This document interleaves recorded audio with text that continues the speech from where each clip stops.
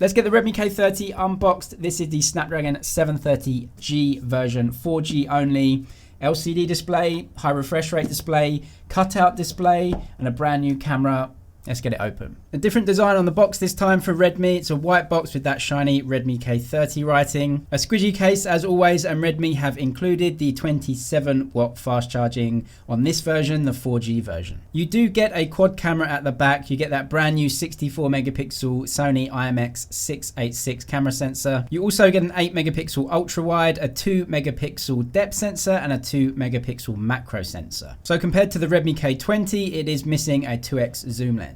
There is an infrared blaster on the top, no underscreen fingerprint sensor this time around, you get it on the side, USB-C, a mono speaker at the bottom, and the headphone jack is there too. Another very well put together phone by Redmi, and of course that hole punch display is another big design change. The screen is much bigger, taller than the Redmi K20 series phones, and as you can see, that notch at the top just becomes part of a new notification bar. Content does not go up to the hole punch display. For example, in the music app or in the App Store and settings screens, the content is positioned below the cutout and the notification bar. If you're watching media or flicking through Douyin, for example, or TikTok as it's called outside of China, then the full screen media just wraps around the cutout. This phone is rocking a 120 Hz refresh rate display. You can choose between 60 Hz and 120 Hz. There's no 90 Hz option. That's a big jump up from the K20, but we are getting an LCD display instead of an OLED display. So how different is the LCD cutout display on the Redmi K30 versus the OLED bezel-less display on the Redmi K20? The difference between LCD and OLED isn't huge,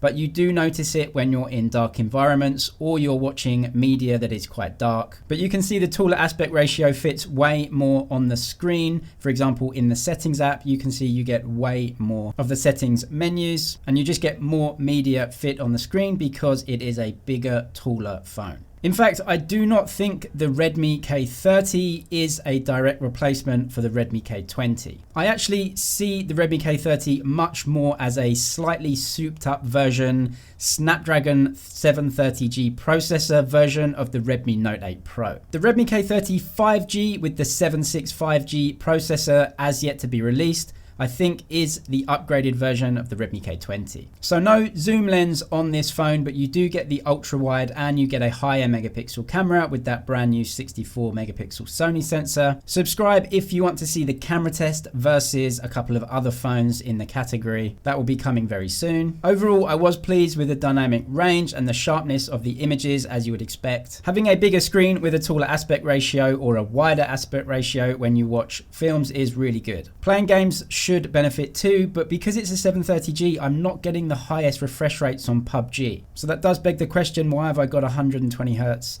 display? And also the cutout just totally blocks the screen here. That should be changed in an update coming soon though. When I play PUBG, I really can't tell the difference between OLED and LCD displays. We all know what the 730G processor is capable of. It's not a flagship processor, but it does the job. That's why I much more consider this to be a slightly different or souped up version of the Redmi Note 8 Pro. A speed test between these two will be coming very, very soon. So again, subscribe if you want to see the speed test and also some comparisons. Overall, I do think there is a lot to like in this phone. And if you're not looking for a 5G phone right now, it's a cheaper option for you. Subscribe for all the latest tech news and unboxings. That's it for now, but I'll see you in the next one.